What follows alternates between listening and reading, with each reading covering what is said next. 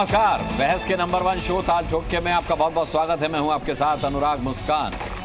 देखिए, UP to Maharashtra bullet का Badlapur. UP police ने कल सुल्तानपुर डकैती कांड के एक और आरोपी अनुज सिंह को ढेर कर दिया था। विपक्ष ने यूपी सरकार की एनकाउंटर नीति पर सवाल किए थे। कल हमने इस पर डिबेट भी की थी, लेकिन यूपी पुलिस ने आज गाजीपुर में एक अपराधी को मौत की नींद सुला दिया। जी, यूपी की तर्ज पर ही महाराष्ट्र के बदलापुर में भी 2 बच्चियों से दुष्कर्म का आरोपी अक्षय शिंदे एनकाउंटर में ढेर कर दिया। पुलिस हिरासत में अक्षय शिंदे ने पुलिस से रिवॉल्वर छीनी और जवाबी कार्रवाई में वो मारा गया।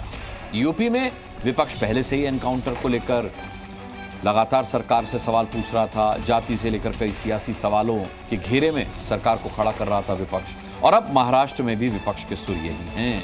अपराधी के एनकाउंटर पर कानून के रखवालों को कटघरे में खड़ा किया जा रहा है। बीजेपी सवाल पूछ रही है, कोलकाता से लेकर बदलापुर और यूपी में विपक्ष अपराधियों के साथ ही क्यों खड़ा होता है।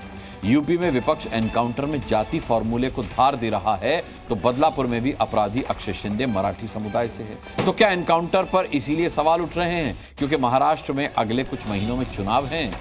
क्या मराठी का मुद्दा उठाकर चुनावी बिसात बिछाई जा रही है? क्योंकि महाराष्ट्र में मराठा वोटर निर्णायक भूमिका में होते हैं, आप जानते ही हैं।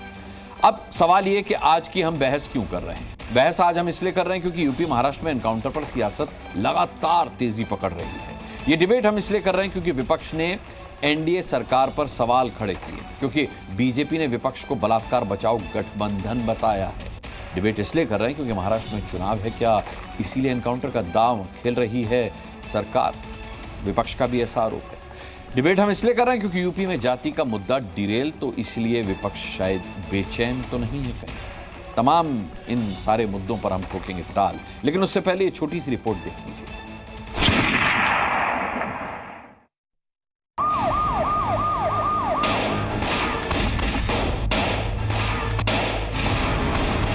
एनकाउंटर बहुत अच्छा है और बदलापुर कर सब बहुत जन खुश है। वो बच्ची लोग को न्याय मिल गया है। जो बच्चियों पे अत्याचार हुआ है ना, उसको न्याय मिला है।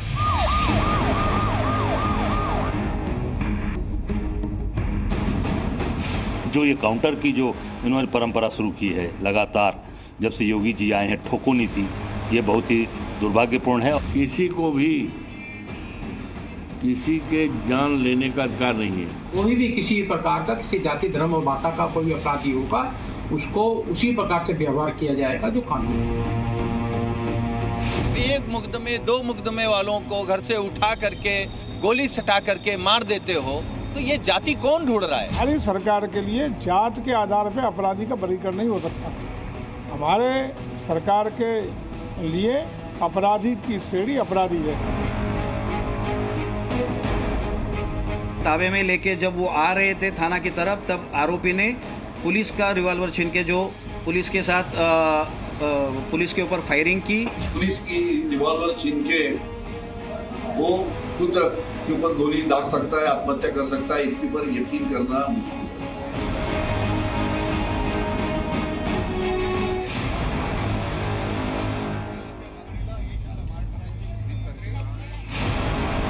पुलिस ने एक तरफा मारा है, यह इनकाउंटर है। बहुत सारे संशय इसमें नजर आ रहे हैं। पुलिस को, गृह मंत्री को इसमें एसआईटी बनाकर जांच करनी चाहिए। अरे तुम ही तो फांसी की मांग कर रहे थे, तुम ही तो ये कर रहे थे। क्या उसको क्या शहीद कराना चाहते हो तुम? से पुलिस थाने पे अगर अपराधी गोली चला रहे हैं और उसके बाद पुलिस को जवाबी कार्रवाई करनी पड़ रही है, अपने आप में एक काले दिन की तरीके से।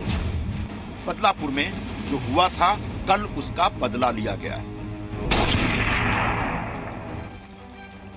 ताल ठोके में आज की बड़ी बहस के लिए हमारे साथ हमेशा की तरह तमाम गणमान्य मेहमान हैं। मैं अपने पैनल से एक बार आपका इंट्रोडक्शन करा देता हूं। यहाँ स्टूडियो में मेरे साथ भारतीय जनता पार्टी से शिवंग त्यागी मौजूद हैं। अनिल यादव हमारे साथ कांग्रेस के प्रवक्ता आ चुके हैं। तारिक अहमद लारी समाजवादी पार्टी से हमारे साथ प्रवक्ता हैं। रामकृपाल सिंह वरिष्ठ पत्रकार यहाँ स्टूडियो से मेरे साथ जुड़ चुके हैं। और MIM से दानिश कुरैशी साहब हमारे साथ हैं। सबसे पहले शिवम त्यागी, सवाल आप ही से, क्योंकि अभी मैंने देखी संजय निरुपम का बयान सुना, बिल्कुल पैकेज जब एंड पे था अपनी। उन्होंने कहा कि कल जो बदलापुर में हुआ आज उसका बदला लिया गया है। इस तरीके के बयान ही तो कटघरे में खड़ा करते हैं सत्तारूढ़ दल को, खासकर भारतीय जनता पार्टी को, कि आप जाति देखकर गोली चला रहे हैं, पुलिस कस्टडी में एनकाउंटर हो रहे हैं। अब सवाल सिर्फ यूपी का नहीं है, अब यूपी से लेकर महाराष्ट्र तक एक ही आवाज उठ रही है कि सरकार बदला ले रही है। तो क्या मतलब है, अब अदालतें बंद कर दी जाएं, अब संवैधानिक प्रक्रियाएं पर से लोगों का भरोसा उड़ जाए, अब सिर्फ महाराष्ट्र की पुलिस, उत्तर प्रदेश की पुलिस और भारतीय जनता पार्टी के राज्यों में जो पुलिस हैं, अब उन्हीं पर न्याय की जिम्मेदारी है? नहीं, मैं इस बयान के जरिए नहीं अनुराग जी, मैं इस बयान से बिल्कुल सहमत नहीं, भारतीय जनता पार्टी इस बयान से बिल्कुल सहमत नहीं। विषय साफ है कि इस देश में कानून जो है वो है, न्यायपालिकाएं जो हैं वो हैं, और किसी भी चीज पर अगर कोई फैसला सुनाना है तो उनको सुनाना है। लेकिन मैं एक चीज मानता हूं कि कहीं ना कहीं जिस तरीके से स्थितियां ऐसी बन जाती हैं तो पुलिस को इस तरह के प्रिकॉशंस भी लेने पड़ते हैं। पहला तो आपका उत्तर प्रदेश का एक विषय हो गया, और ये तो महाराष्ट्र में अगर हुआ कि उन्होंने पुलिस की ही गन लेकर जो है अगर अपने आप को मार लिया, शूट कर लिया, तो मैं मानता हूं कि एक नजरिए से इसको देखा जाना चाहिए कि हाँ, कोताही बरतने की आवश्यकता नहीं है, चीजों को बेहतर तरीके से संभाला जाए, देखा जाए। लेकिन मरने वाला बलात्कारी है, आप क्या चाहते हैं? आप चाहते हैं कि आर्जिकल मेडिकल कॉलेज में जिस डॉक्टर की, जिस बच्ची की बेरहमी से हत्या कर दी गई, बलात्कार कर दिया गया, और उसके बाद फिर वो संदीप घोष से लेकर तमाम वो लोग, इनको बचाएं हम, इनको बचाकर ममता बनर्जी की तरह जो है स्टेट के पावरफुल लोग बनाए हम। बड़े दुर्दांत अपराधी बंद हैं, फिर पुलिस भेजी और सबका एनकाउंटर करवा दीजिए। मैंने तो कहा ही नहीं कि एनकाउंटर, जेल में तो बहुत सारे बलात्कार के आरोपी बंद हैं। आप कह रहे बलात्कार का आरोपी था, मैं भी चाहता हूं कि सजाए मौत मिलती उसे, लेकिन मैं चाहता हूं अदालत के जरिए। अनुराग जी, मैंने कहा ही नहीं कि एनकाउंटर होना चाहिए, मैं तो कहता हूं कि नहीं, लेकिन हम उनको सजाकर माला नहीं पहनाने वाले हैं, हम उनको जो है बचाने नहीं वाले हैं, राज्य सरकार और पुलिस की तरफ से उनको प्रोटेक्शन और संरक्षण नहीं देने वाले हैं। जो हुआ वो बिल्कुल गलत है। कहीं ना कहीं जहां तक एनकाउंटर का विषय है, जाहिर है अगर पुलिस के ऊपर कोई गोली चलाएगा तो पुलिस को भी अपने जवाब में जो है कहीं ना कहीं वहां पर जवाबी कार्रवाई करने का पूरा अधिकार है। और एक और चीज यहां पर यह है कि मैं मानता हूं कि कहीं ना कहीं नैरेटिव ही इस तरीके से गलत है। ऐसे ही उत्तर प्रदेश में अभी तक अगर मैं 7 साल की बात करूं तो 17 पुलिस वाले जो है उनकी जान चली गई इस तरह के एनकाउंटर्स में ही। जब वो अपराधियों से लड़ते हैं तो 17 जो पुलिस वाले हैं वो शहीद हो गए, उनके बारे में तो इन्होंने कभी बात नहीं की। एक भी इंडिया अलायंस का नेता कभी पुलिस वाले के बारे में नहीं बोलता, उसकी जाति के बारे में नहीं बोलते, वो प्रदेश की रक्षा करते हुए अपनी जान खो देते हैं उसके बारे में नहीं बोलते। लेकिन अगर बलात्कारी मरे तो इनको दर्द है, अगर दुराचारी मरे तो इनको दर्द है, अगर गैंगस्टर मरे तो इनको दर्द है। वो उसके जाति, उसका धर्म, उसका सारा काम सबको ढूंढ लाते हैं। अरे कभी जो इस प्रदेश के लिए काम कर रहे हैं, इनकी सिक्योरिटी में जो चल रहा है उस पुलिस का भी तो नाम लो। दर्द मरने से नहीं है, दर्द मरने के तरीके से है, एनकाउंटर से है दर्द। मैं मानता हूं कि भगवान ना करे हम लोगों के ऊपर कभी भी इस तरह की कोई स्थिति आए, लेकिन जब कोई व्यक्ति आपके सामने जिसको गोलियां गिनने की आवश्यकता ना हो, आपके कान के ऊपर माथे पर पिस्टल लेकर खड़ा हो जाएगा तो हम पे, मैं मतलब अपनी सब की बात कर रहा हूं, तो समझ में आएगा कि इंसान को कहीं ना कहीं जिस तरीके से जवाबी कार्रवाई करनी ही पड़ेगी। लेकिन इतना साफ है कि इस तरह के बलात्कारी, दुराचारी, गैंगस्टर, गुंडे, लुटेरे, इनकी जगह तो एक ही है। ठीक है, मैं समाजवादी पार्टी को लाता हूं। तारिक अहमद लारी साहब हमारे साथ हैं। तारिक अहमद लारी साहब, कल भी मैंने एक आंकड़ा दिखाया था और आपकी जानकारी के लिए, वैसे तो आपकी जानकारी में होगा, फिर बता दूं कि मुलायम सिंह यादव की जब सरकार थी तो उत्तर प्रदेश में 499 एनकाउंटर हुए थे। अखिलेश यादव की जब सरकार थी तब भी एनकाउंटर हुए थे। तो फिर अब एनकाउंटर पर सवाल क्यों, और एनकाउंटर पर शक क्यों सबसे बड़ा सवाल है? आपको ऐसा क्यों लगता है कि उत्तर प्रदेश की पुलिस टारगेटेड फेक एनकाउंटर कर रही है?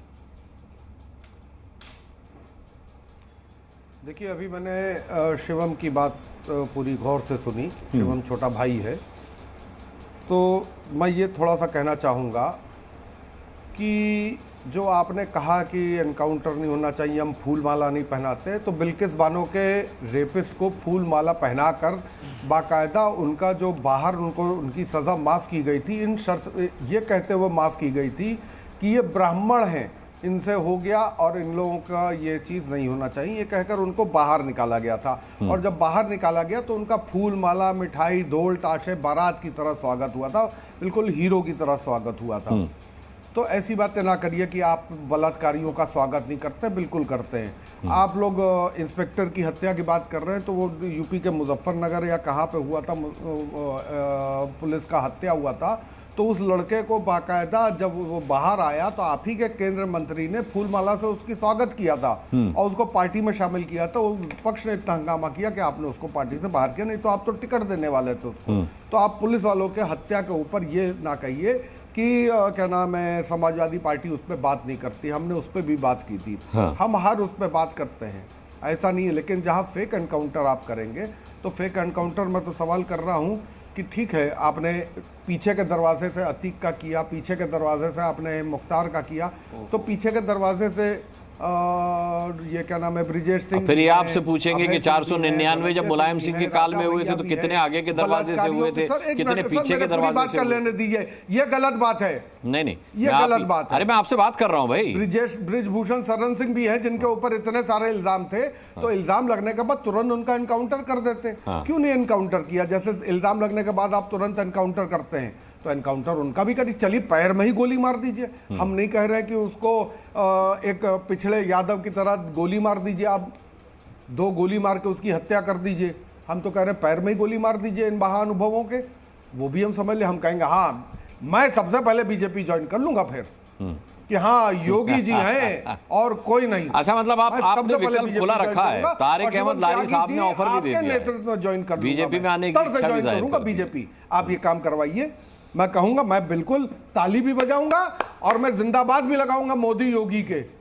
मतलब अभी अपराधियों, अभी 0 टॉलरेंस अगर अपराध के खिलाफ है सरकार की, चाहे वो महाराष्ट्र सरकार की हो या उत्तर प्रदेश सरकार की, और अपराधी मारे जा रहे हैं, तो आप उस पर ताली नहीं बजाएंगे लारी साहब? भाईजान, जो इन लोगों को कंट्रोल कर रहे हैं उन कंट्रोलर का हाथ तो तोड़िए। उन कंट्रोलर का तो हाथ तोड़ ही नहीं रहे आप उन कंट्रोलर्स का हाथ तोड़िए। इस समय यूपी के सबसे बड़े अपराधी सब किस कम्युनिटी के हैं, किस जात के हैं बताइए? ठीक है, आप तो छाट मैं जवाब ले लेता हूं। आपने बिल्किस बानो से लेकर जब यादव का नाम ठाकुर हो गया तो आपने एक ठाकुर को मार दिया, लेकिन वो 35 वाले को छोड़ दिया। मैं समझ, दो मुकदमे वाले ठाकुर को आपने मार दिया, लेकिन 35 मुकदमे वाले को आपने छोड़ दिया। Very good. 2 मुकदमे वाले ठाकुर ने पुलिस पर गोली चलाई थी ना सर? सुनिए, एक मिनट लारी साहब, 2 मुकदमे वाले ठाकुर ने पुलिस पर गोली चलाई थी, 35 मुकदमे वाले ठाकुर ने सरेंडर कर दिया। तो जो सरेंडर कर रहा है उसका एनकाउंटर क्यों करेगी पुलिस? अरे अभी तो पुलिस कस्टडी में मार दिया। हाँ, अभी तो पुलिस कस्टडी में मार दिया। हाँ। वो विकास दुबे को भी पुलिस कस्टडी में लेकर आए थे, गाड़ी पलट के मार दिया। हाँ। वो भी तो देखिए सर, ये सब खेल तमाशा है। अपने जिसकी लाठी उसकी भैंस। आप लखनऊ मैं जवाब ले लेता हूँ। शिवम त्यागी खेल तमाशा बता रहे हैं, खेल तमाशा बता रही समझ। आइए, हर थाने पे लेकर कहा कि 17 थाने हैं, 14 थानों पे कौन बैठा है और 2 थानों पे कौन बैठा है, देख लीजिए। ठीक, आपको खुद ही पता चल जाएगा। मैं जवाब ले रहा हूँ। तारिक अहमद ने कहा, तारिक अहमद ये राजधानी है, यहाँ बीच में मत बोलिए ना, हो गया भाई। तारिक अहमद ने कहा कि ब्रजभूषण पर भी इतने सारे, मुझसे बात कर, ब्रजभूषण पर भी इतने सारे मुकदमे हैं, उनको भी गोली मार देनी चाहिए, कम से कम पैर में ही मार दें तो मैं ज्वाइन कर लूंगा। हाँ, बीजेपी ज्वाइन करेंगे। 370 मुकदमे समाजवादी पार्टी के नेता आजम खां पे, गोली तो पैर में उनके भी नहीं लगी, न छाती में लगी, क्योंकि उन्होंने गोली मारने की कोशिश नहीं की। उनके बेटे पर भी है, उनकी विधायकी भी चली गई, तो उतने बड़े बड़े कांड उन्होंने किए हुए हैं, गोली तो उन पर भी नहीं लगी। तो साफ दर्शाता है कि ये यहां पर किसी को गोली नहीं लग रही है। लेकिन अगर कोई पलटकर मार रहा है, पुलिस की तरफ इस तरह के काम कर रहा है, तो जाहिर है कि इस तरह की स्थितियां बन रही हैं, तो उन पर गोली चल रही है। और एक और चीज, ये जात का मामला है नहीं। दरअसल ये क्या है कि मुलायम सिंह यादव और अखिलेश यादव जी ने जो अपने समय में, अपने टाइम में जो एक फौज खड़ी करी थी, जो माफियाओं की, गैंगस्टर्स की, चोरों की, डकैतों की, दुराचारों की जो फौज खड़ी करी थी, दरअसल उसका खात्मा हो रहा है। तो दर्द यह अखिलेश यादव और उनकी पार्टी को उसका है। तो मतलब खात्मा हो रहा है, मतलब डेलिबरेटली मारे जा रहे हैं? बिल्कुल भी नहीं, क्योंकि वो काम कर रहे हैं, वो गोलियां चला रहे हैं, तो कोई सहेगा नहीं। अच्छा। अब एग्जांपल ऐसा नहीं हो सकता कि जैसे सैफई में एक महोत्सव हो रहा था, एक पूरी रात पुलिस वालों को घेर कर जो है वहां के लोगों ने पीटा था, वैसा नहीं हो सकता। पुलिस पर गोली चलाकर उनको पीट नहीं सकते अगर समाजवादी का कार्यकर्ता। एग्जाम्पल बताता हूं मैं आपको। अतीक अहमद कौन है, ये देश जानता नहीं है क्या? प्रदेश नहीं जानता क्या? उसको किस तरीके से माफिया को पाला पोषा मुलायम सिंह यादव जी ने और अखिलेश यादव जी ने जानता नहीं है क्या? किस तरीके से कृष्णानंद की हत्या के मामले में, कृष्णानंद राय की हत्या के मामले में मुख्तार अंसारी को बचाया गया, और जब उस पर पोटा लगाया गया तो जिस व्यक्ति ने, जिस पुलिस वाले ने उसको पोटा लगाया, नेताजी ने रातों रात उसको ट्रांसफर करके कहां भेज दिया और उस पर केस दर्ज कर दिया। ये देश जानता नहीं है क्या? छोड़ दीजिए। 2006 में अतीक अहमद के ताकत और आतंक और समाजवादी पार्टी का वो देखिए क्या है। 2006 में अतीक अहमद नोएडा के सेक्टर 14A में, जो कि नोएडा का सबसे बड़ा सेक्टर है, वहां पर आकर नोएडा अथॉरिटी के CEO सुरेश के घर में घुसकर उसको पीट देता है। घर में, जिस सेक्टर में कोई घुस नहीं सकता, पूरा लावा लश्कर लेकर आता है और 14A उसके घर में घुस जाता है। नोएडा अथॉरिटी के CEO को, उसकी ताकत का अंदाजा लगाइए कि वो किस हद पर था। छोड़ दीजिए उसको। दुर्गा शक्ति नागपाल, 2013 में एक आईएएस अधिकारी, एक महिला, एक देश की प्रदेश की बेटी नोएडा में जो है पोस्टिंग लेती है। पोस्ट होने के बाद वो देखती है कि नोएडा में लगातार अवैध खनन हो रहा है। अवैध खनन, खैर बाय द वे मैं बता देता हूं, गायत्री प्रजापति करता था इनका नेता। अवैध खनन के खिलाफ जब उस महिला ने ड्राइव चलाई तो समाजवादी के गुंडे उसके घर पहुंच गए। वो कौन थी? उनके ससुर थे डीआईजी, उनके जो पति हैं वो भी आईएएस ऑफिसर है, और उसके घर में जाकर उसको कहा कि अपनी बेटी को रोक लीजिए वरना उठा ले जाएंगे, छोड़ दीजिए उसको। उसको ट्रांसफर कर दिया सिर्फ वजह से, उस वजह से। अब आगे आइए, ददुआ, ठेकुआ, उनके बेटे जो हैं, अगर मैं बात करूं, वो मिर्जापुर से चुनाव लड़ रहे हैं समाजवादी की तरफ से, वो वही है भाई, एक को खजुराहो से चुनाव लड़ा रहे हैं। ये सब पूरे माफिया को फैलने वाला, फैलाने वाला, पोषित करने वाला, उसको बनाने वाला, खड़ा करने वाला अगर कोई पार्टी और नेता है तो वो मुलायम सिंह यादव और अखिलेश यादव है। आज उस पर, उस माफिया पर अगर बुलडोजर चल रहा है तो वो जाति कोई भी हो, इनको दर्द इस बात का है। पुलिस से इसलिए दर्द नहीं होता क्योंकि पुलिस तो इनको लगता है कि न वोट देने में न दिलवाने में इनकी कोई मदद ही नहीं करती। लेकिन चाहे वो आपका माफिया कार्यकर्ता आपको लगता हो, एक्सटेंडेड विंग आपको लगता हो, अगर कोई उत्तर प्रदेश में इस तरह के काम करेगा तो माफ कीजिए, उसको बख्शा नहीं जाएगा। ठीक है, आप लारी साहब एक छोटा सा कमेंट कर लीजिए, फिर बाकी मेहमानों के पास जाता हूं। देखिए, एक बात समझिएगा, एक नैरेटिव फैला हुआ है और यह बीजेपी की तरफ से फैलाया जा रहा है through media, through social media and through TV media. तो मैं मीडिया की बात कर रहा हूं, किसी स्पेसिफिक को नहीं कह रहा हूं। अभी छोटा सा एक एग्जांपल दे रहा हूं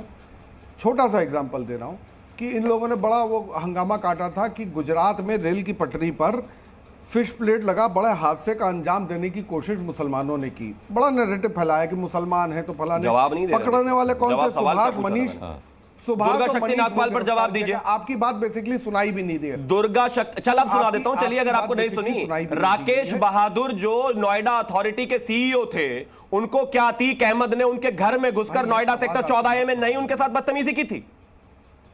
समाजवादी की सरकार में कितना ताकतवर था? नहीं की थी या नहीं की थी, बता दीजिए। मेरे ख्याल से उनको आपकी आवाज नहीं मिल रही।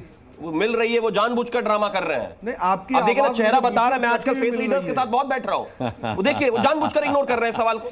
ठीक है, लारी साहब बोलिए।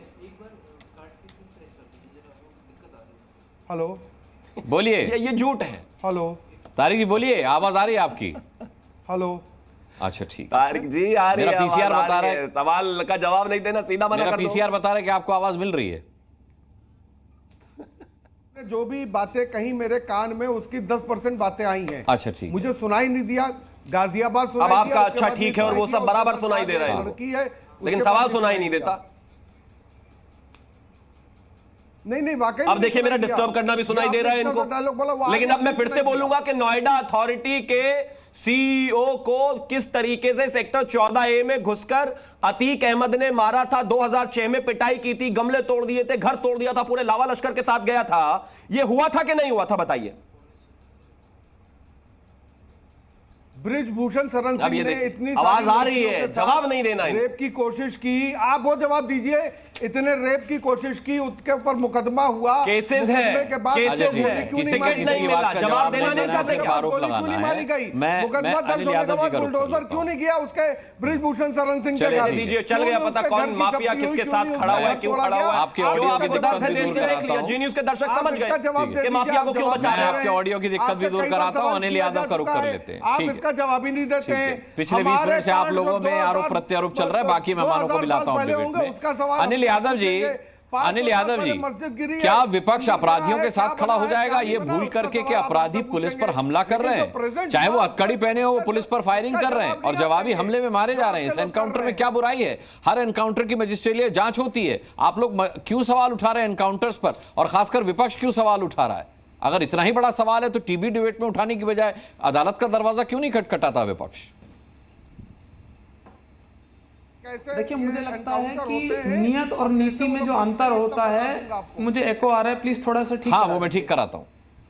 जी अनुराग जी, देखिए, नियत और नीति में अंतर होता है। भारतीय जनता पार्टी की नीति अलग है और नियत अलग है। अच्छा। मैं समझता हूँ, और इसका उदाहरण अभी महाराष्ट्र से मिला भी। संजय निरुपम कह रहे हैं कि बदलापुर का बदला ले लिया। हाँ। मुझे लगता है कि महाराष्ट्र में बदलापुर वाले मामले को लेकर जितना विरोध प्रदर्शन, आंदोलन, उस बच्ची के लिए न्याय की मांग कांग्रेस पार्टी और सभी विपक्ष के दलों ने की है, उतनी किसी ने नहीं की। यही भारतीय जनता पार्टी वाले तो हमारे प्रोटेस्ट करने वाले साथियों पे मुकदमे दर्ज कर रहे थे। हमने तो पूरा का पूरा प्रदेश बंद कर दिया था, उस बच्ची को न्याय मिले। मुझे खुशी होती अगर भारतीय जनता पार्टी का नेता ये कहता कि बदलापुर का बदला नहीं, बदलापुर का न्याय मिल गया है, तो मैं ताली बजाता कि न्याय, क्योंकि न्याय देना है कानून का काम, कोर्ट का काम है। लेकिन जब आप बदले जैसी भावना करेंगे तो इसका मतलब आप सरकार नहीं है। और मैं समझता हूं, क्योंकि उत्तर प्रदेश की बात हो रही है, देखिए चाहे एनकाउंटर किसी ठाकुर का हो, गलत एनकाउंटर चाहे किसी ठाकुर का हो, किसी यादव का हो, चाहे मुसलमान का हो, गलत गलत है। जो सरकार होती है उसका काम है गलत को रोकना और न्याय करना है कोर्ट का काम। आप कोर्ट के काम को अपने हाथ में क्यों लेंगे?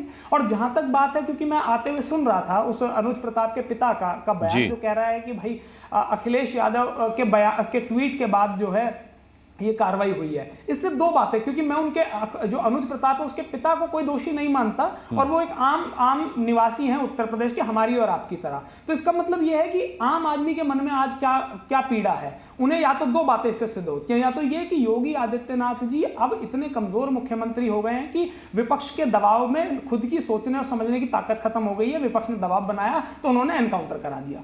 दूसरा इसका कारण यह है कि भाई आप सिर्फ और सिर्फ अपनी राजनीति कैसे चमकाई जाए, उसको किस तरीके से बढ़ाया जाए कि नहीं भाई हमारी तो जीरो टॉलरेंस नीति है, इसके लिए आपने सिर्फ और सिर्फ अपनी राजनीति को चमकाने के लिए। अच्छा मुझे एक बात बताइए, अगर अपराधी की गोली से पुलिस के जवान शहीद हो जाते, पुलिस के जवान अगर पुलिस के जवान मारे जाते, तब आप क्या सवाल उठाते? हुए हैं नहीं, बिल्कुल। देखिए सेल्फ डिफेंस में पुलिस को पूरा अधिकार है। हाँ। पुलिस को पूरा अधिकार उसी अधिकार का तो इस्तेमाल किया है। गोली से हमारा सैनिक या अब सुन लीजिए ना, सुन लीजिए। मैं तो उस बच्चे, वो जो लड़का है उसके पिता की बात, स्टेटमेंट की बात कर रहा हूं। और सवाल इसलिए उठते हैं कि जब आपने, पहली बात तो ऐसा है नहीं कि पहली बार ये एनकाउंटर पे चर्चा हो रही है। जब मंगेश यादव का एनकाउंटर हुआ था तो चर्चा क्या था कि 2 दिन पहले वो पुलिस कस्टडी में था।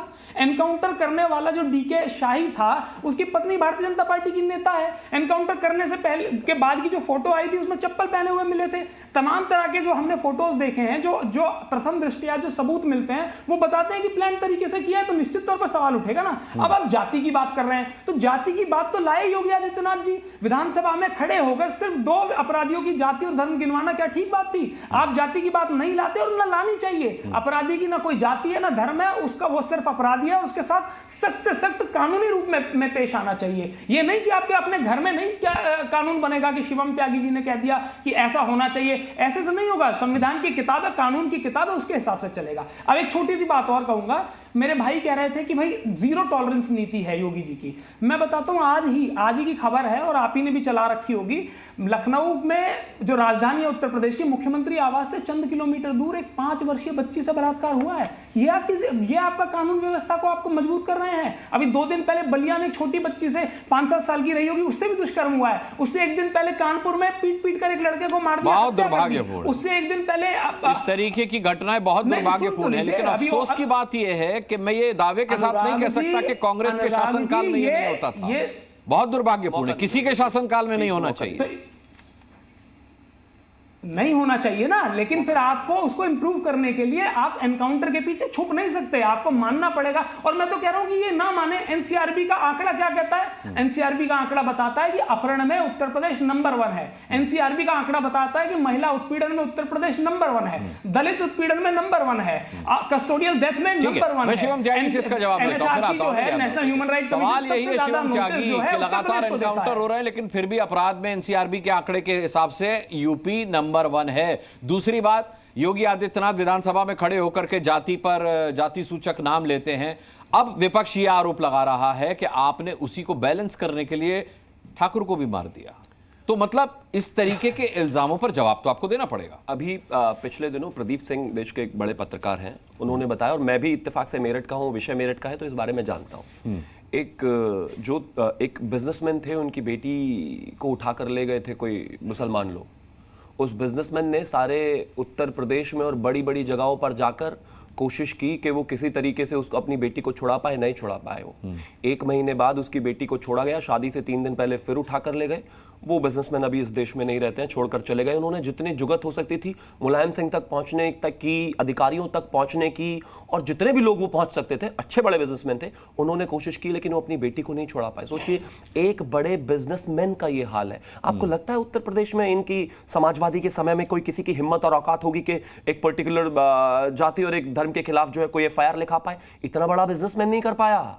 और उस समय के रेंज के वहां पर आईजी, डीआईजी और तमाम वो लोग हैं, एसपी, आप पूछ लीजिएगा उनसे, वो बता देंगे। आप तो खोजी पत्रकारिता करते हैं। ये कहते हैं क्योंकि आज केसेस बड़े हैं, क्योंकि रिपोर्ट हो रहे हैं, किसी को दबाया नहीं जा रहा है। और आगे एक और चीज पर कहना चाहता हूं, अनिल यादव ने कहा कि भाई देखिए ऐसा है, जिस तरह की स्थितियां बन रही हैं और जिस तरीके से बदलापुर में रेप के अपराधी से बदला ले लिया और इस तरह की चीजें, बदला तो इन्होंने लिया है अधीर रंजन चौधरी से। अधीर रंजन चौधरी जी ने आवाज क्या उठा दी पश्चिम बंगाल में जो बलात्कार हुआ उस बेटी के समर्थन में, उनको अध्यक्ष पद से ही हटा दिया। इनको बदलापुर दिखाई देता है, बंगाल पर एक बार बात करने को तैयार नहीं है, उस पर बोलने को तैयार नहीं है, उस पर जाने को तैयार नहीं है। और मैं फिर से कहना चाहता हूं, ये कांग्रेस वो पार्टी है कि बॉर्डर पर खड़ा हुआ चाहे जवान हो, वो भी गोली खाता रहे, गोली चलाने मत दो इधर से। और प्रदेश में और देश में रहती हुई पुलिस हो, वो सामने वाले गैंगस्टर से, माफिया से, गुंडे से, बदमाश से, बलात्कारी से गोली खाती रहे, चलाए ना। मैं फिर से वही कहना चाहता हूं, आपको याद होगा विकास दुबे के एनकाउंटर के समय का पूरा अब मुझे जवाब वहां पर भी एनकाउंटर पर सवाल उठे थे, पूरा भाषण मत करिए। पुलिस वालों की जान चली गई, किसी ने एक सवाल नहीं पूछा, उसने घेर कर पुलिस वालों को मार दिया, डीएसपी लेवल के अधिकारी को मार दिया। लेकिन वहां पर भी उसके एनकाउंटर की बात ज्यादा होगी, इसकी बात नहीं होगी कि पुलिस वालों पर क्या अत्याचार किया और किस तरीके से गोलियां चलाई। संक्षिप्त रखिए, संक्षिप्त रख दिया जी। मैं अनिल यादव, आप क्या कहना चाह रहे हैं, बोलिए। देखिए ये मुझे नहीं समझ आता कि किस मुंह से सैनिकों की बात करते हैं। ये हमारे देश की जो सरहद पे सैनिक खड़े उनके बारे में बात कर रहे हैं। गलवान में जब हमारे 20 सैनिक शहीद हुए थे तब प्रधानमंत्री जी ने कहा था कि हमारे यहाँ तो कोई घुसा ही नहीं है।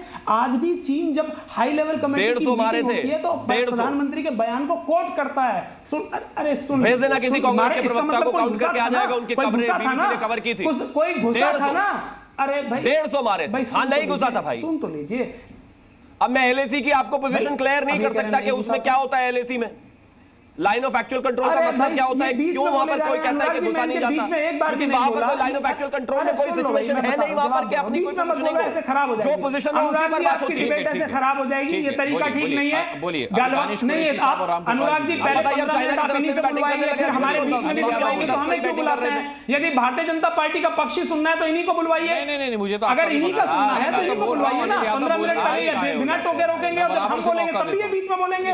बराबर से नाराज नहीं तो इनको रोकिए। संक्षिप्त रहिएगा, आगे चंद सेकंड तो हमारी भी सुननी पड़ेगी ना। बोलिए जी। मैं सिर्फ इतना कहना चाहता हूं कि बृजभूषण के खिलाफ जब इतना बड़ा मामला था तो आपने बेटे को क्यों टिकट दे दिया? आपने उनके साथी को ही क्यों अध्यक्ष बना दिया? आप तो उन पे मेहरबान हैं। मैं बोलूंगा तो बोलेंगे कि बोलता है वो लाल सिंह जो बलात्कारियों के समर्थन में रैली कर रहा था, उसके साथ राहुल गांधी स्टेज शेयर कर रहे हैं, उसको लेकर रोजाना साथ में घूम रहे हैं। वो अंकिता गुप्ता, याद होगी आपको, वो बेटी जिसने इनके पूर्व अध्यक्ष पर जो युवा मोर्चा के उन पर आरोप लगाया था, उसको पार्टी से बाहर निकाल दिया इन लोगों ने। ये बलात्कार पर बात करते हैं। ठीक है, सुन लीजिए अनिल यादव को पूरा सुन लीजिए। अभी 2 मेहमान बचे मेरे पास। जनता पार्टी के फेवर में कर रहे हैं आप, भारतीय जनता पार्टी के फेवर में इस डिबेट, ये आपका निजी विचार हो सकता है। समय आपने उनको दिया। अरे तो एक बात बताइए, विपक्ष के सवाल किससे पूछूंगा मैं? आपके सवाल किससे पूछूंगा? भारतीय जनता पार्टी से नहीं पूछूंगा। एनकाउंटर कौन कर रहा है? एनकाउंटर कौन कर रहा है? सवाल किससे पूछे जाएंगे? योगी आदित्यनाथ एनकाउंटर कर रहे हैं तो सवाल भी तो शिवम त्यागी से पूछा जाएगा। बदलापुर में एनकाउंटर हो रहा है तो सवाल भी तो शिवम त्यागी से पूछा जाएगा। अब जब सवाल पूछा जाएगा तो बोलेंगे भी तो शिवम त्यागी। कमाल कर रहे हैं भाई आप। बोलिए भाई, गलत बात है अनुराग जी। आपकी डिबेट अच्छी होती है, आपकी डिबेट में मेरी डिबेट आज भी अच्छी है और मैं पर्याप्त मौका आपको भी दे रहा हूं और आगे भी समय हमारे पास बचा हुआ है। 2 मेहमान बड़ी शालीनता के साथ बैठे हुए हैं, दानिश कुरैशी और राम कृपाल जी, जिनको अभी मौका नहीं मिला है, तो मेरे को उनको भी मौका देना। आप बोलिए, अपनी बात पूरी कीजिए। सिर्फ 10 सेकंड कहना चाहता हूं कि जब आपने आज की परिस्थिति में बात करी, शिवम त्यागी लगातार पिछली सरकारों पे बात करते रहे। मैं तो यहीं का उदाहरण देता हूं, इन्होंने मेरठ का दिया, मैं नोएडा का देता हूं। जितेंद्र यादव नाम का एक लड़का है, परथला गांव का, जिम ट्रेनर था। वो अपनी बहन की शादी से आ रहा था, शादी से रात को पुलिस वाले ने पकड़ा और उसके गले में गोली मारी, गर्दन में गोली मारी। उस पर सारे विपक्ष ने यहां पर धरना प्रदर्शन भी किया और पता क्या कहा उससे, क्योंकि वो लड़का बाई चांस बच गया, फोर्टिस अस्पताल में उसका इलाज हुआ। जब वो होश में आया तो उसने कहा कि पुलिस वाले ने मुझसे कहा रखा है कि तू यादव है जाति का, तुझे इसलिए गोली मार रहा हूं तभी तो मेरा प्रमोशन होगा। तो जिस स्थिति में ये पुलिस काम कर रही है, उत्तर प्रदेश की पुलिस काम कर रही है, तो निश्चित तौर पर सवाल उठेंगे। और मैं कहता हूं कि बदमाशों का आप भाई वो बदमाश कहां चले गए? ब्रजभूषण शरण सिंह पे बिल्डोजर का ही नहीं चला। बीएचयू में जब आईटी सेल वाले आपके छात्रा का दुष्कर्म करते तो 60 दिन तक एफआईआर नहीं लिखी गई थी। जब विपक्ष ने आंदोलन किया, हमारे प्रदेश अध्यक्ष अजय राय बीएचयू पहुंचे तो आपने उन पर मुकदमा लिख दिया, लेकिन हम लोग डरे नहीं और हमने वो आवाज उठाई और आपको मुकदमा लिखना पड़ा। तो ये स्थिति है आपकी। और आपने जब मुझे अजय राय जी का पेट्रोल डीजल खत्म हो गया तो मैं स्पॉन्सर कर देता हूं, कहो एक बार बंगाल भी चले जाएं। ठीक है, मैं राहुल जी भी चले जाएं, दानिश कुरैशी आपके पास आता हूं, प्रियंका जी भी चली जाएं, रामकृपाल जी बेटी बंगाल की भी हमारी है। तो हमारी है तो जाओ ना, फिर बीएचयू तक ही क्यों रह जाते हो? ठीक है रामकृपाल जी, तो बीएचयू की बेटी आपकी नहीं है? बिल्कुल है हमारी। तो की बेटी आपकी हम तो कहते हैं हर बेटी हमारी है, हम तो कहते हैं कि एक्शन लेने के लिए तैयार है। बचाओ मत।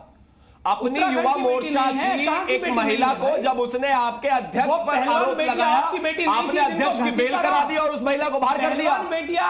पहलवान बेटिया भूल गया नहीं है? अरे आपके तो सांसद पे कमाल आरोप बात हो गई, लगाया, सांसद सुब्रत पाठक पर आपकी महिला को बाहर कर दिया अध्यक्ष ने। सुब्रत पाठक ने आरोप लगाया, जो बेटी थी, जो महिला थी, जो असम से थी, जब उसने आपके युवा मोर्चा के पूर्व अध्यक्ष वीवी श्रीनिवास पर आरोप लगाया कि उसने छेड़छाड़ की, आपने वीवी श्रीनिवास की बेल करा दी और लड़की को बाहर कर दिया पार्टी से। ऐसे न्याय करेंगे आप? जनता पार्टी की ऐसे न्याय करेंगे आप? दिया क्या आपकी? तो कमाल बात नेत्री ने ये बताया कि बीजेपी ऐसे नहीं होगा भाई, ऐसे नहीं चलेगा। ठीक है, लाल सिंह के साथ रैली करेंगे, यहां पर आकर बलात्कार पर ज्ञान देंगे आप। ठीक है, रामकृपाल जी को लाते हैं। रामकृपाल जी, एनकाउंटर हर सरकार में हुए हैं, लेकिन ऐसा पहली बार हो रहा है जब एनकाउंटर पर सवाल विपक्ष खड़े कर रहा हो कि जाति देख के एनकाउंटर किया जाता है, बैलेंस करने के लिए एनकाउंटर किया जाता है, दबाव में एनकाउंटर किया जाता है, खुश करने के लिए एनकाउंटर किया जाता है। ये विपक्ष का एक संयोग है इस तरीके का इल्जाम लगाना, इस तरीके से सरकार को घेरना, या एक प्रयोग है, या फिर सरकार की तरफ से ये जो एनकाउंटर हो रहे हैं जो कि जवाबी कार्रवाई में हो रहे हैं क्योंकि अपराधी गोली चलाता है, तो ये एक संयोग है या प्रयोग है? आपको क्या लगता है कौन संयोग और प्रयोग के फेर में है? अनुराग जी, आपने कहा कि 2 लोग और भी हैं, तो जो 4 लोग ही में थे उनको इतनी देर सुनने के बाद मेरे मन में ये आ रहा है कि अगर इन पार्टियों की बात सही है तो देश के जितने लंबित मुकदमे हैं इनकी बात मान लिया जाए और इनके फैसले अगर लागू कर दिए जाए तो मैं समझता हूँ अदालतों के सारे मुकदमे बहुत कम हो जाएंगे। क्योंकि सबको पता है कि कौन सा इनकाउंटर फर्जी था, कौन सा नहीं। जहाँ तक मुझको याद है कि यह अदालत इस पर बहुत इसकी पूरी जांच होती है और फैसला अदालत करती है। सब लोग अभी बार ये बात कर रहे हैं कि इस केस में अदालत को जो कुछ करना था और खुद लोग इनकाउंटर के सवाल पे अदालत की बात नहीं मान रहे हैं। मेरा केवल देखिए कहना है कि इस विषय को देखिए गंभीर। आपने कहा था कि ये नई पहली बार हो रहा है। देखिए अनुराग जी, अभी बहुत कुछ पहली बार होगा। जैसे जैसे स्थितियां बदल रही हैं वैसे वैसे बहुत कुछ पहली बार होगा। मैं एक बात कर रहा हूँ, जरा सा सोचिए कि आज हम किस व्यवस्था में खड़े हैं, कैसे सांस ले रहे हैं, जहाँ एक अपराधी के प्रति उस पर विश्वास किया जा रहा है और जो कानून की रखवाली पुलिस है उसे उस पर माना जा रहा है कोई झूठ बोल रही है।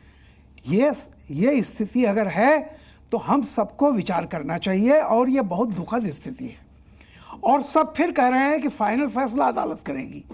अगर अदालत करेगी तो आप अभी कैसे कह रहे हैं कि फर्जी इनकाउंटर, फलाना इनकाउंटर? भाई अदालत अभी तो जजमेंटल मत हुई है ना। एक आरोप आप कह सकते हैं कि ऐसा लगता है, लेकिन आप जिस व्यवस्था ने पुलिस के हाथ में डंडा थमाया है कि तुम्हें, और जिनके हाथ में कलम थमाया है, डंडा नहीं थमाया है, कलम वाले अपराध कर सकते हैं लेकिन डंडे वाले पर आप शक करेंगे कि ये हमेशा गलत ही कर रहा होगा। तो मेरा मानना है कि मैं इसमें किसी का पक्ष नहीं ले रहा हूं, लेकिन ये व्यवस्था पर एक बहुत बड़ा सवाल है। जब आप कानून के रखवालों पर सबसे पहले उनको आरोपी मानते हैं और जो अपराधी जिसकी हिस्ट्री रही है उसको उसके प्रति ऐसी सिंपैथी हो जाती है, आप मानते हैं वो अपराधी है लेकिन उसे मारा क्यों गया, बात सिर्फ इतनी है, तो उसे मारा गया, फर्जी मारा गया, असली मारा गया, ये फैसला अदालत करेगी। आप सवाल उठा सकते हैं, जजमेंटल नहीं हो सकते, लेकिन फिर मेरी बात सुन लीजिए, अगर ये केवल वोट के चक्कर में जाति, अभी तक तो जाति पर चल रहा है। आप देखिएगा इसके बाद वो क्या होता है, जाति के बाद वो और क्या गोत्र पूछा जाता है, कहीं ये गोत्र तक भी न चला जाए। मेरा कहना है कि ये इनडायरेक्टली कहीं ना कहीं आप लोग सीधे सीधे, जब आपको वोट की चिंता होती है तो अदालत की ऐसी तैसी, और जब आपको कहीं भी जाति हो, फलाना धर्म हो, अरे भाई अपराधी अपराधी है, उसको अगर गलत ढंग से मारा गया है, बहुत सारे पुलिस को सजा भी हुई है, अदालत ने फर्जी इनकाउंटर में पुलिस वालों को सजा भी दी है। विकास दुबे की बात आप कर रहे हैं, विकास दुबे के बारे में जहां तक मुझे पता है अदालत ने उसको क्लीन चिट दी हुई है पुलिस को। तो क्या अदालत पर आपका भरोसा नहीं है? ठीक है। अगर विकास दुबे के इनकाउंटर को आप फर्जी मानते हैं, अदालत ने दिया है, तो फिर आप क्यों कहते हैं कि अदालत का वेट करना चाहिए? ठीक है। दानिश कुरैशी साहब, बहुत जबरदस्त सवाल उठाया है यहां पर रामकृपाल जी ने, मैं चाहूंगा उसका जवाब आप दें कि अगर आप एनकाउंटर को फर्जी बता रहे हैं, अगर आप सरकार की मंशा पर सवाल उठा रहे हैं और आप ये जानते हैं कि अपराधी का न धर्म होता है न उसकी जाति होती है, और फिर भी आप इसे सरकार की मौका पर सियासत कह रहे हैं, तो आप अपराधी के साथ खड़े हो रहे हैं, आप अपराधी का पक्ष ले रहे हैं। फैसला अदालतों को करना है, लेकिन फैसला सुना रहे हैं आप। क्या ये गलत नहीं है? देखिए, दो बातें हैं इसमें, मैं आपको बताऊंगा जी। सबसे पहले तो एक बात ये समझनी है कि सत्ता पक्ष जो है उसका काम ये है समूचे विपक्ष को, उसका पक्ष तो जो है वो तो सत्ता में है, और उसके बाद जो विपक्ष जो है उसको विश्वास में लेना जरूरी है। अब अगर सत्ता पक्ष ने कोई बात रखी है और विपक्ष ने सवाल उठाए हैं, तो लोकतंत्र में सरकार का के जिम्मे है कि वो उन्हें विश्वास में ले, या वो इस बात का एहसास दिलाए कि भाई जो कुछ भी हुआ है। दानिश कुरैशी साहब के लिंक में प्रॉब्लम आई है, बहुत धैर्य के साथ वो हमारी डिबेट सुन रहे थे और जब उनका मौका आया तो उनका लिंक फेल हुआ है। आप जी, आप दानिश कुरैशी साहब आ गए, बोलिए दानिश जी।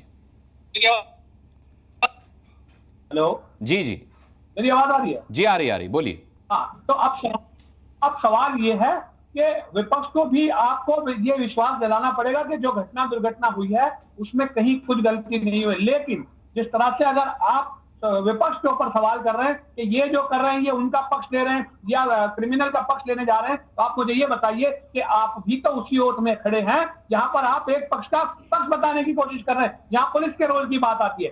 मैं आपको पूछूंगा, एक सामान्य आदमी से अगर आप पूछेंगे तो वो इसका जवाब देगा कि पुलिस जो है वो सरकार के अधीन है, मतलब जो सरकार में जो पुलिस जो है वो उसी के मातहत काम करती है, तो उस पर सवाल उठाना एक आम आदमी सवाल उठेगा। विपक्ष तो मजबूती के साथ बात रखता ही है, लेकिन सामान्य आदमी से भी आप पूछेंगे तो इसका जवाब मिलेगा। अब अगर आप उसके ऊपर पहले दानिश कुरैशी साहब, मुझे नहीं लगता कि आम आदमी ये कहेगा कि 2 मासूम बच्चियों के बलात्कारी को क्यों मार दिया। मुझे नहीं लगता कि करोड़ों की लूट के आरोपी को क्यों मार दिया आम जनता इस पर सवाल उठाएगी और पुलिस को कटघरे में खड़ा करेगी। ये मेरी अपनी समझ बता रहा हूं मैं आपको, मुझे नहीं लगता कि आम आदमी इस पर सवाल उठाएगा। मैं आपको एक बात कहूं, इसमें 2 तरीके के लोग, आप चिंता ना करें, जनता पूरा सवाल कर रही है। तो लोग कानून के ज्ञाता हैं, उनको ये चीज समझ में आएगी कि भाई अब इसमें पुलिस का काम ये था कि भाई जो भी अगर ज्वेलरी लूटी गई है या किसी का बलात्कार किया गया है तो उसके लिए कानून का विश्वास है। लेकिन जो लोग कानून के अज्ञानी हैं वो लोग इस तरीके की बात कहेंगे कि हाँ भाई जो कुछ भी हो ठीक हुआ, लेकिन हमारे यहाँ कानून है, नए कानून भारतीय न्याय संहिता में खुद अमित शाह जी इसको लेकर के आए, तो आप फिर उसको खत्म कर दीजिए कि भाई न्याय संहिता व्याय संहिता कुछ नहीं है, इधर गोली मारी और उधर एनकाउंटर, ये काम खत्म हो गया। गोली कौन मार रहा है? नहीं, दानिश कुरैशी साहब आप बिल्कुल सही कह रहे हैं, आप बिल्कुल सही कह रहे हैं। मैंने शिवम से सबसे पहले ही सवाल पूछा था कि अगर पुलिस को ही गोली मार करके न्याय करना है तो अदालतों को बंद कर दीजिए, संवैधानिक संस्थाओं को बंद कर दीजिए। लेकिन सवाल यह है कि पुलिस ने पहले गोली नहीं मारी, अपराधी ने गोली चलाई, जवाबी कार्रवाई में अपराधी का एनकाउंटर हुआ है, वो मारा गया है, तो क्या इसे भी गलत बताएंगे आप? नहीं, मैं जवाब दूं। अनुराग जी, अभी आपके स्क्रीन पे एक फोटो चल रहा है, एक वीडियो चल रहा है जिसमें एक व्यक्ति शायद लड्डू या मिठाई बांट रहा है और अलग अलग देख रहे हो। हाँ, बदलापुर में का मामला है ये। हाँ, ये वही लोग हैं। देखिए मैं आपको बताता हूँ, ये किस पार्टी से है नहीं है, लेकिन उनकी जो जहनियत है मैं आपको बता रहा हूँ। कभी एक पैनलिस्ट ये बता रहे थे जो गोधरा में जो घटना घटी थी, तो ये वही लोग हैं, ये भी पहनाते हैं, उधर लड्डू भी बांटते हैं, फिर इधर आके ये इस तरीके की भी बात करते हैं। भैया तो एनकाउंटर को गलत बताइए या फिर लड्डू बांटने को गलत बताइए, किसी एक चीज को गलत बताइए ना।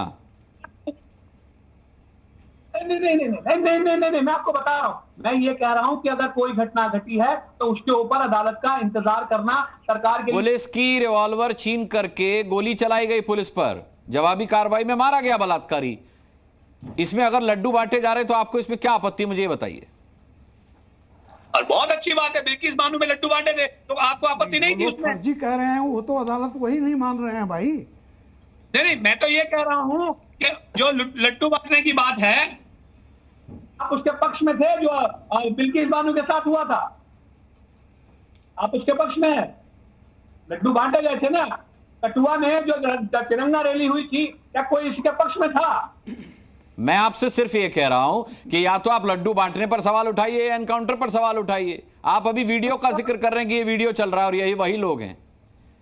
अरे उत्तर प्रदेश के उप मुख्यमंत्री का स्टेटमेंट उस टाइम पे भी आया था, वो भी लड्डू बांट रहे थे और शाबाशी बांट रहे थे। अभी तो एनकाउंटर के मैसेज आए थे जस्ट। तो ये जो मानसिकता है ना, तो भारतीय जनता पार्टी की मानसिकता कानून वानून में मानती नहीं है, मुझे तो यही लग रहा है। क्योंकि कानून में मानती तो अदालत का इंतजार करती, लेकिन उसके बदले ये जो मतलब इन्होंने मान लिया है कि फर्जी है।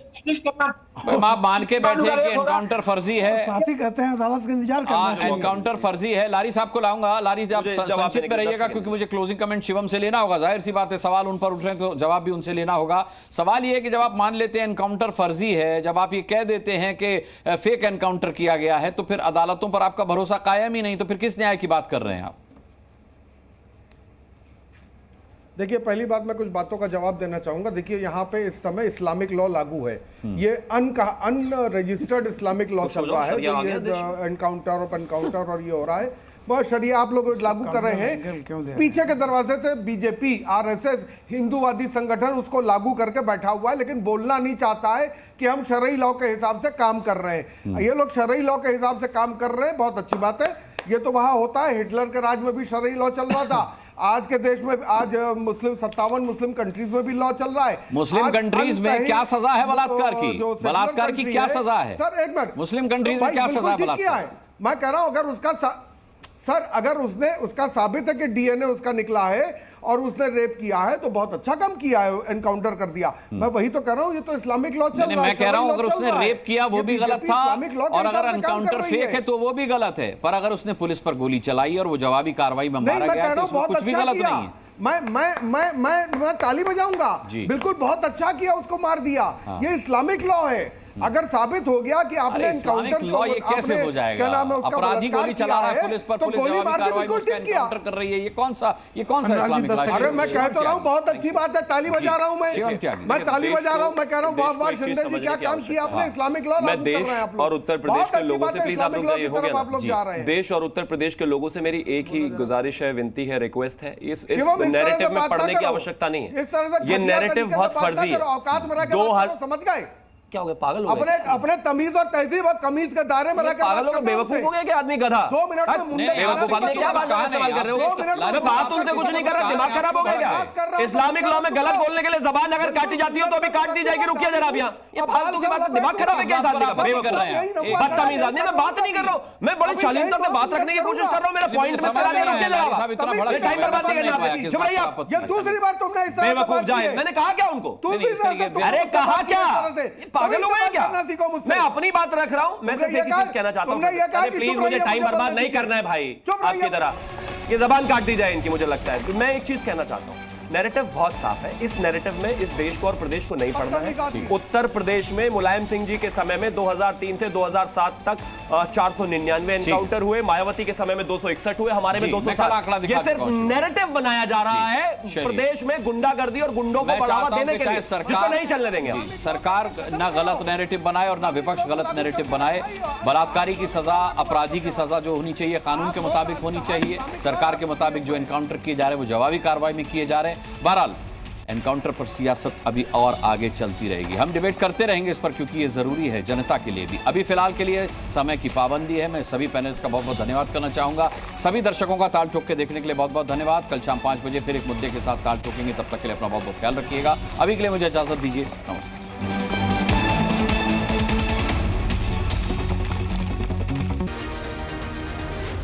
Zee News.